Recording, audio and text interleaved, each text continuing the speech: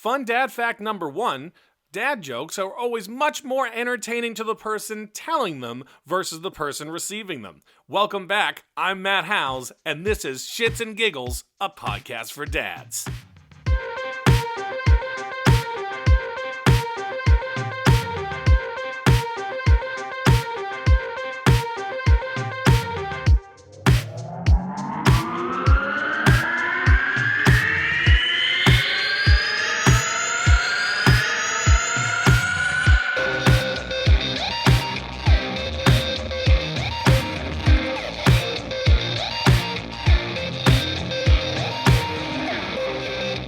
Hey there, winners! Welcome back! Episode 8 of Shits and Giggles. Fun times, we're making steam here.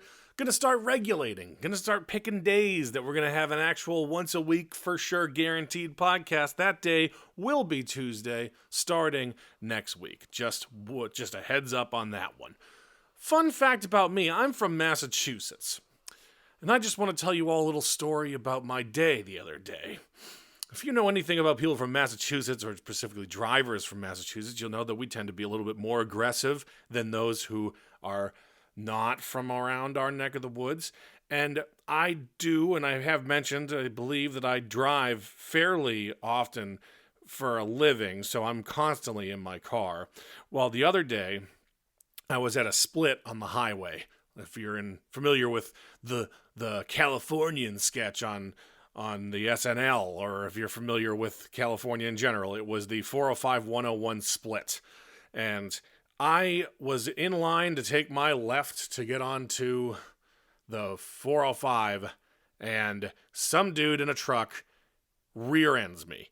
And it just jostles me, and I'm like, okay, well, fuck, I'm working, but let me go and take care of this situation, because hell, I mean, I want to be getting a new car soon. I can't have, if there's some significant damage, I can't be having that's going to just lower my resale value.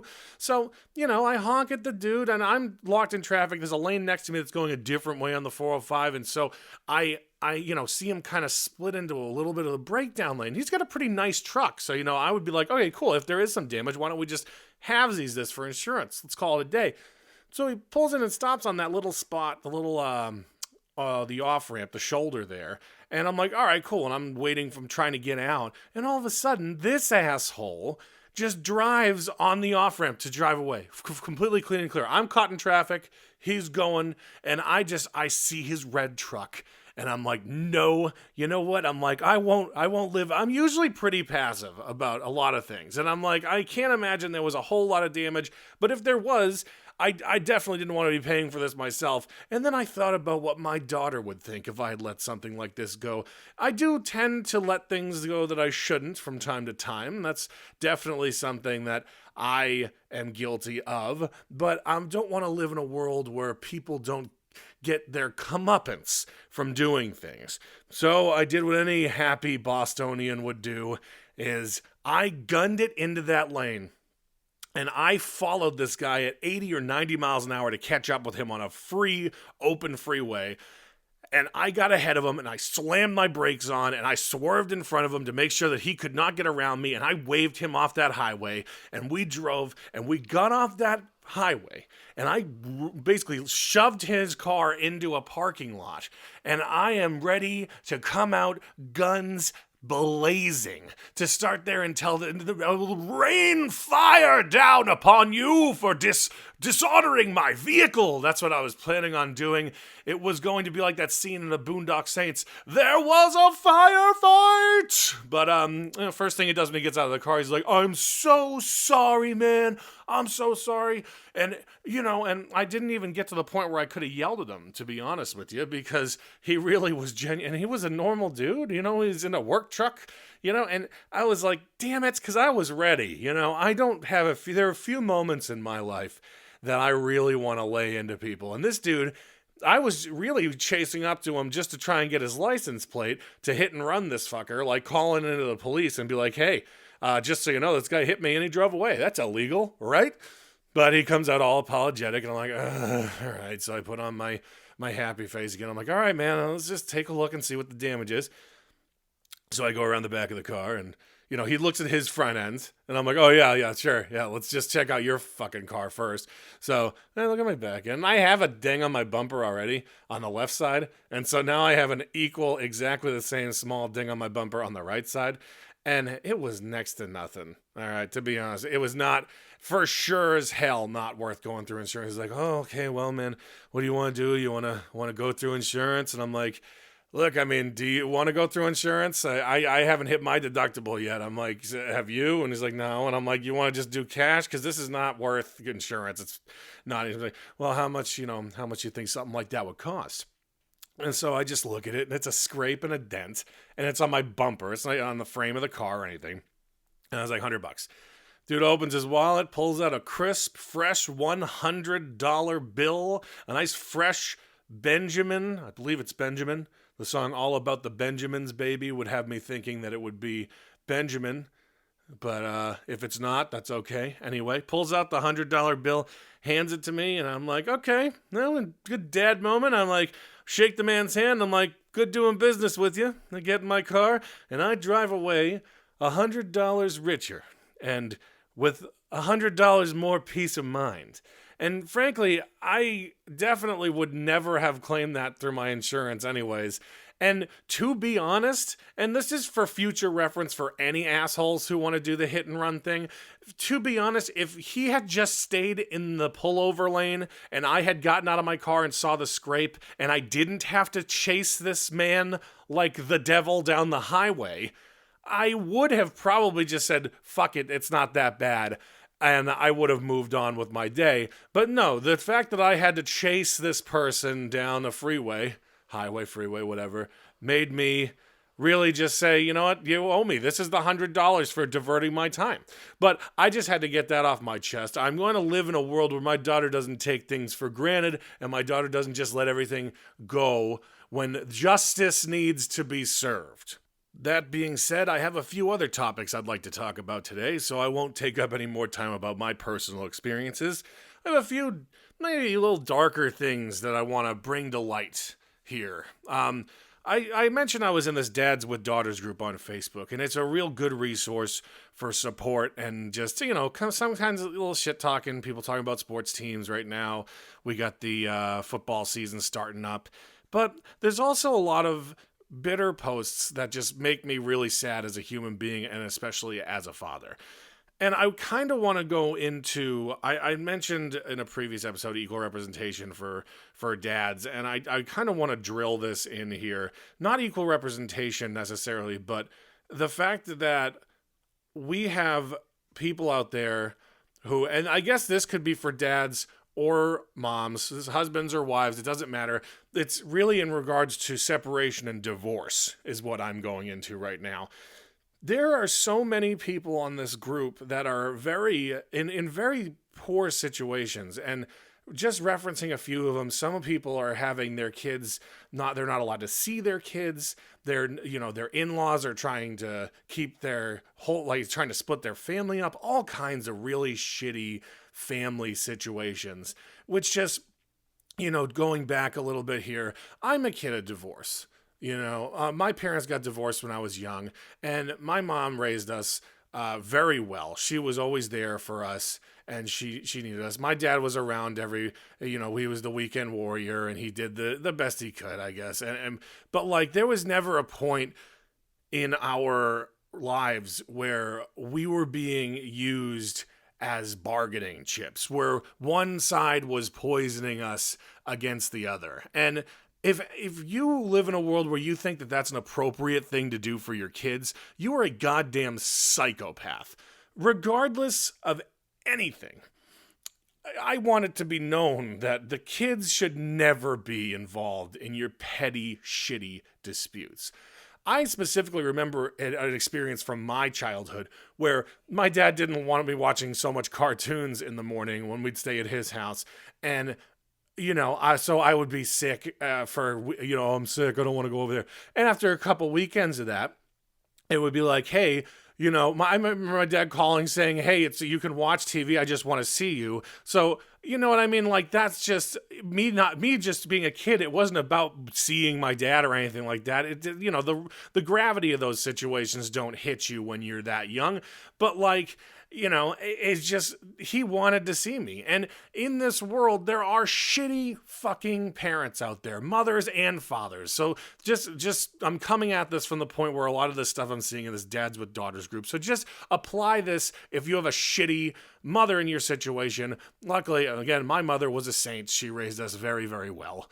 And I'm happy to have had that experience. And I just want to let people know that there are good people out there. So I'm seeing there's posts all over the place on this group where the dad is saying, my wife hasn't let me see my kids in a month.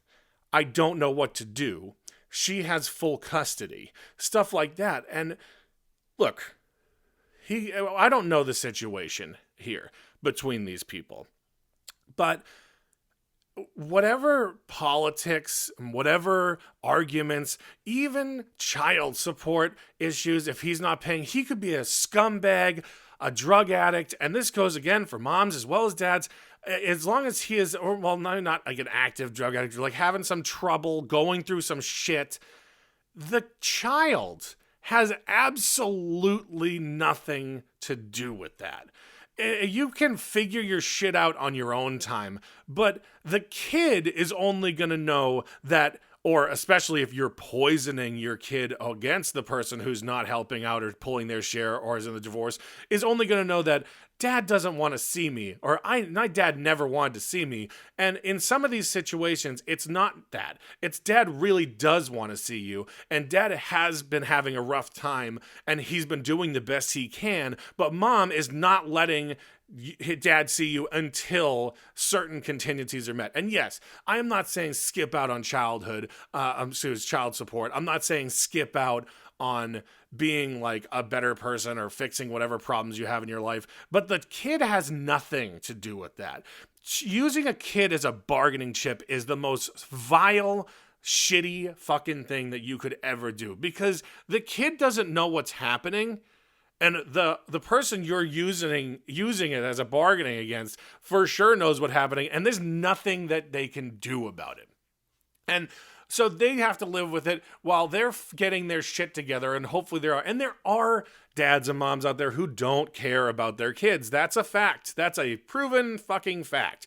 But the ones who do, the kids who want to see the parents that are outside of that direct relationship and are unable to because one parent's not letting them see their parents, you're a piece of shit. Figure your shit out somewhere else, but your kid has every fucking right to see their parents, regardless of the situation. I'm not saying, again, for the parents that don't want to see their kids, if the dad wants to see their kid and the kid wants to see their dad, that should be a thing, regardless. There's no point in life where two people who are related to each other that want to see each other should be held against it by another family member because of something external. And in the sense of poisoning, like, no, I let my kid go see their dad all the time. I'm seeing posts where the mom's letting the kids stay with the grandparents for a couple days, and then when they come home, the grandparents, the in-laws, hate the dad, and all they're doing is shit talking the dad the entire time, and the kids come home and they're malleable. They're going to listen to influences, especially from family members like grandma and grandpa, mom.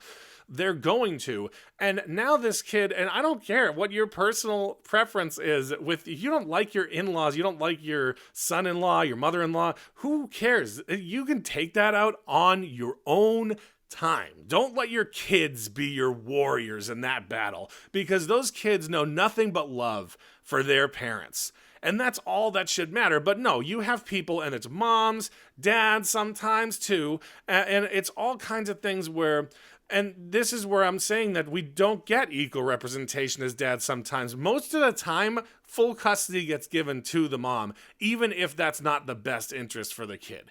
And so all these things that can happen come from one side of the playing field. And again, I'm talking from a dad's standpoint. Okay, so don't let me, I'm not shit talking moms, but I'm saying, again, these are things that aren't thought about. And these are things that happen all the time. There are kids who go through their entire lives thinking that their dad hates them, only to find out that their dad was not allowed to see them because of something or another. And that's not fair to the kid. And if it's something you can fix, fix it. If it's not something you can fix, get over it. The kid has a right to see their parent, and that's it. You know, you don't have to let them have them for the weekend if they're doing something, they're not holding up their end of a divorce agreement. You don't have to let them be private. You can supervise visitations, have a lunch, suck down your fucking pride for a goddamn minute, have lunch with someone. I don't know, whatever happened. It's all about the fact that those kids want to see their parents. Okay, it doesn't have to be let's hang out for the day. All they need to do is see that their parents want them. No one understands what it feels like to have a parent not want you, except for a kid who's being held away from their parents, that is being told that their parents don't want to see them when that's not the case.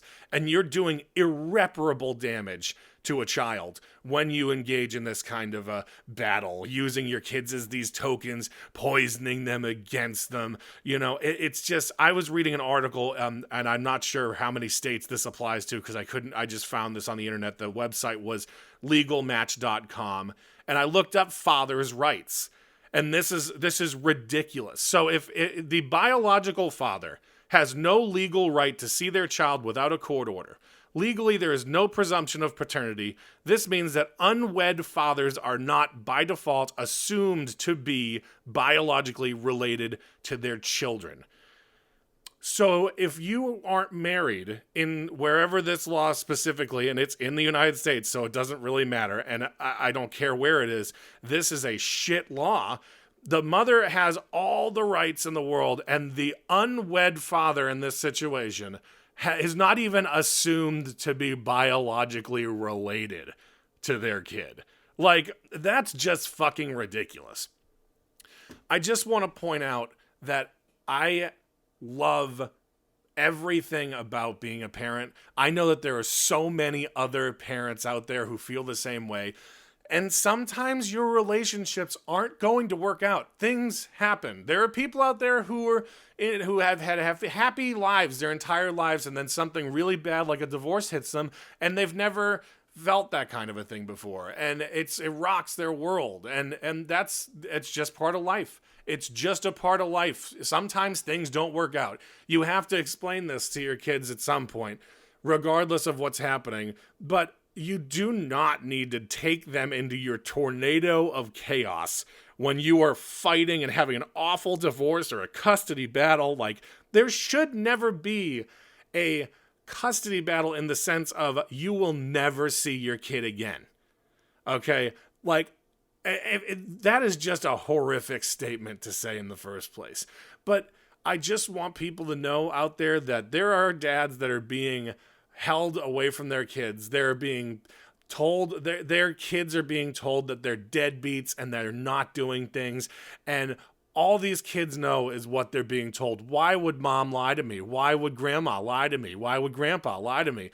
Because people are petty and children are innocent. And they will listen until they are given a reason to disbelieve what they're being told by an authority. And by that time, it's way too fucking late. And there's a father out there somewhere who has not been able to see his kid for years. And there's time that you cannot get back. That's the one currency that will constantly get spent. And when it's out, it's gone. There was the thing that made me like well up in tears I read on this group, and it was a father who was in such a shitty custody battle. His ex-wife would not let him see his kids, and he killed himself.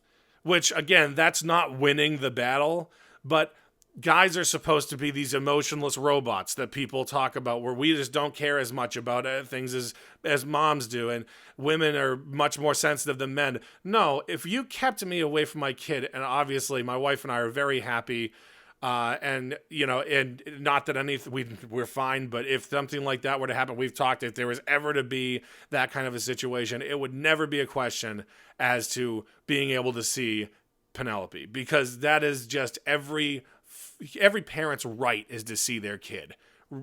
And this person was in such a shitty battle, was such a petty fucking person that he, and you know, regardless, there was some other stuff going on, I'm sure too, but it all came to a head and he saw no way out and he killed himself.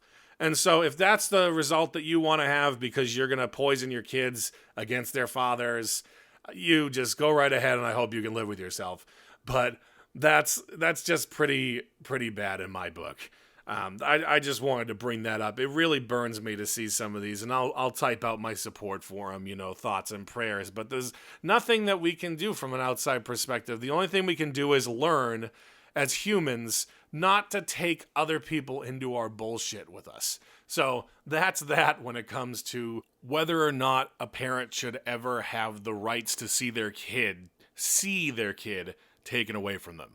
Because, in my opinion, excuse me, I'm not an authority, just a concerned parent. And that's it. You know, that's where I feel on that subject. Moving on, I would like to talk about an article I read in a new segment that I would like to call Good News, Dad News.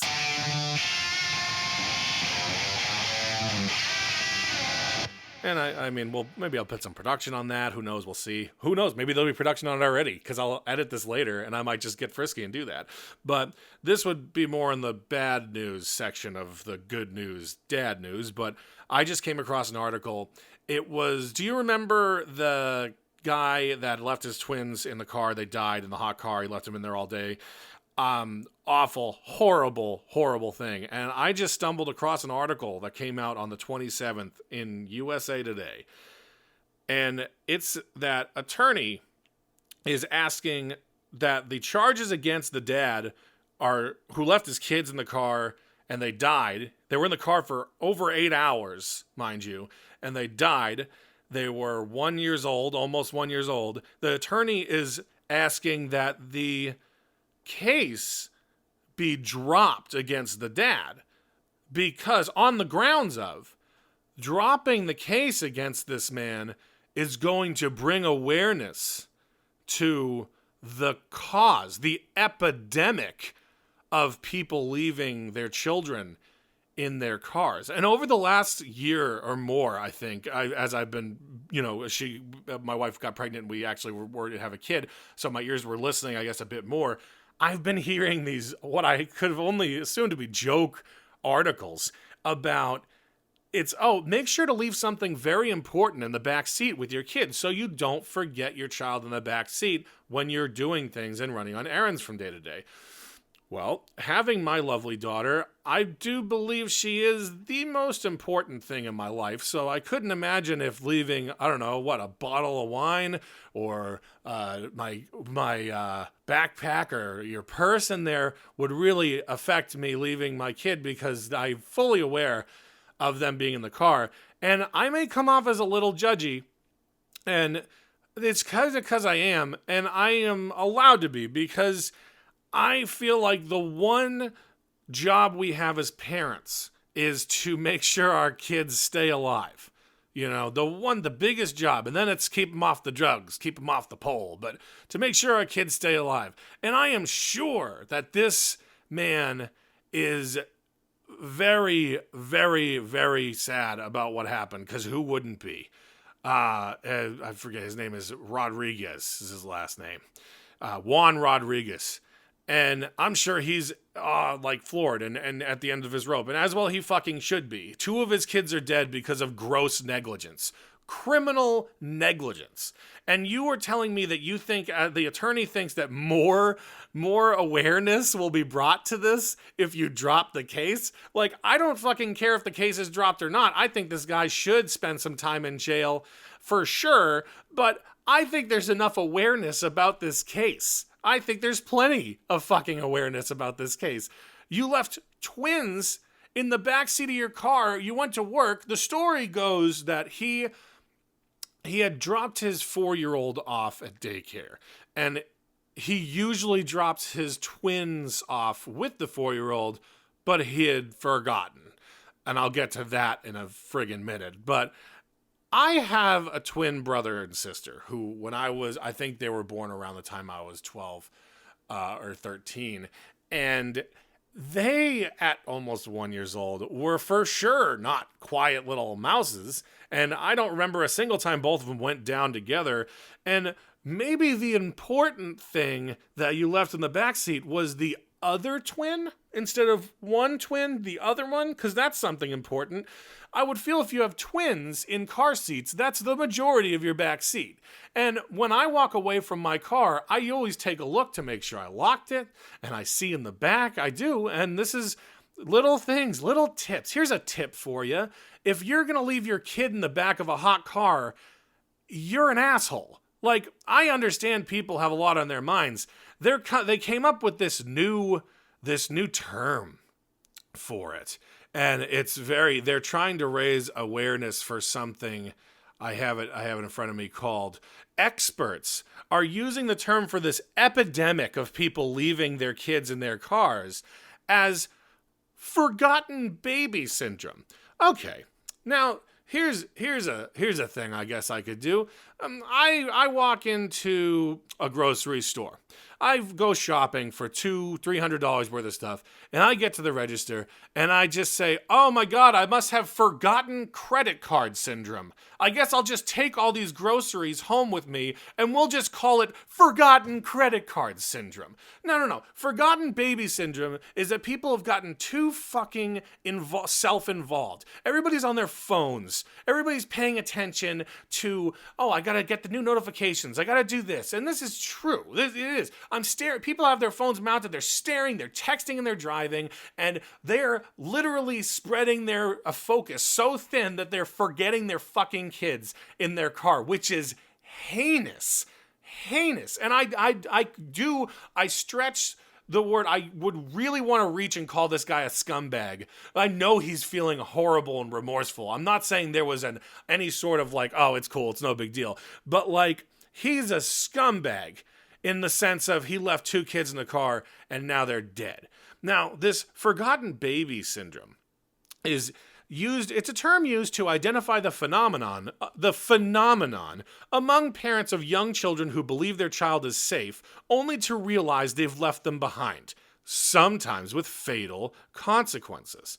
Researchers have shown that 1/4 of parents with children under the age of 3 have at some point forgotten their child in the car with them. Typically, parents can be jolted into remembering by a visual cue like a diaper bag or a baby's cry. This is all from the same article in USA Today. And these experts say a small change in routine like traffic backup can trigger forgotten baby syndrome.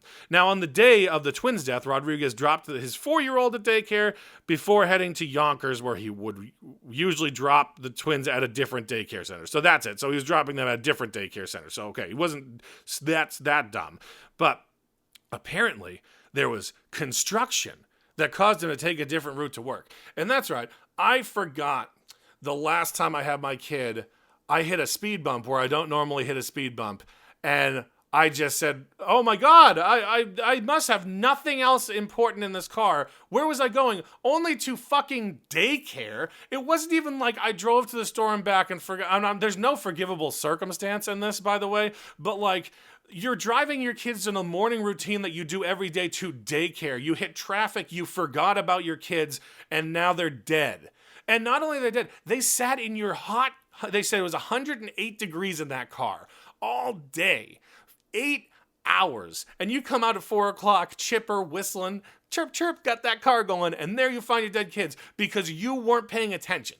Then forgotten baby syndrome is just a fancy word for I'm not paying attention. It's literally I'm so self-absorbed that I can't remember that I'm responsible for a human life. And yeah, okay, he had 5 children. He has a 5 total children, 2 of which are gone, and God rest their souls. But, you know, there's no point on this earth that you can forgive someone for gross gross criminal negligence like this.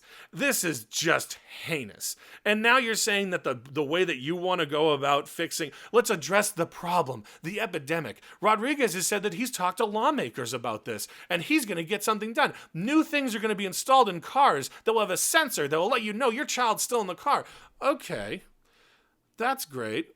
So let's drop the case against him so that we can make more people aware that this is more of a mental illness than it is gross criminal negligence. And that's what it is, gross criminal negligence. And I'm sorry for his family, and I'm sorry they'll have to, in my opinion, live without him while he's in prison for a very long time, dealing with the consequences of his negligence. But this is the world we live in. Consequences to actions. You cannot do something and then come up with this forgotten baby syndrome as a cure-all for leaving your child in the car. That is goddamn nonsense. And I'm not going to have any of it. If there's any sort of public outcry to start, I'm going to go and I'm going to start it because this is ridiculous. And I'm sorry, again, yes, I understand this ebbs into his whole family life. But you know what else it does? It ended two of his family members' lives. And we can't, and I'm sure, and his wife, oh, he was such a great man, he's such a great father, and I'm sure he'll never forgive himself, and I'm sure he won't, and he better never forgive himself. You have no excuse to ever forgive yourself in this situation. In no uncertain words am I condoning what this person has done. In fact, I think I'm very clear that I think that it's awful, and it is the worst kind of crime, because 2 innocent lives were snuffed out. And because of your negligence and self-absorption. And I'm telling you right now, this is all, people are just driving around not paying attention to anything anymore. They're driving around distracted on their phones. They're eating. And I'm guilty of it too. But you know what I'm not guilty of? Leaving my fucking kids in the car and letting them die. So I guess I'll take a W on that one. And I hope you agree with me that this is just nonsense that the attorney's trying to get these charges dropped to raise awareness for a bullshit term that they're calling for leaving your kid in the car to try and get this person to another person getting off in today's society with 0 fucking consequences. So join me, if you will, in praying that this person gets the comeuppance that is warranted for the consequences of his, again, gross negligence. Moving on. Sorry, I know this was a bit of an intense episode, but I was sick this week, so I haven't had a chance to record. And I really wanted to make sure I got some of these points in before they became too stagnant. And so we'll move to my favorite section, where my daughter Penelope is at developmentally. Maybe there'll be production on that too. Who knows? It's magic.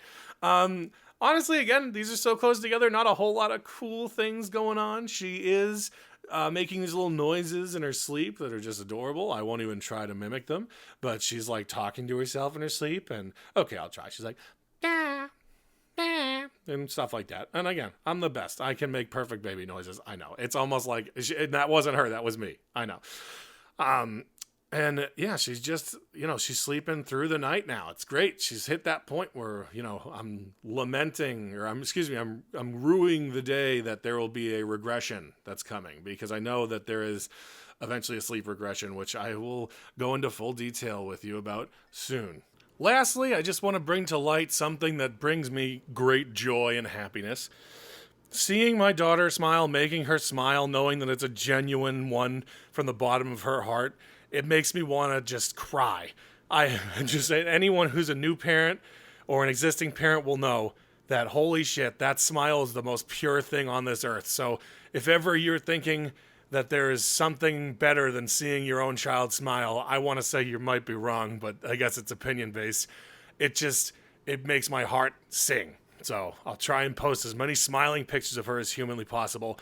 I'll leave you, as always, with my world-famous words of wisdom. My kid is better than your kid, and vaccinate your kids or keep them the hell away from mine. I'm Matt Howes, and this has been Shits and Giggles, a podcast for dads.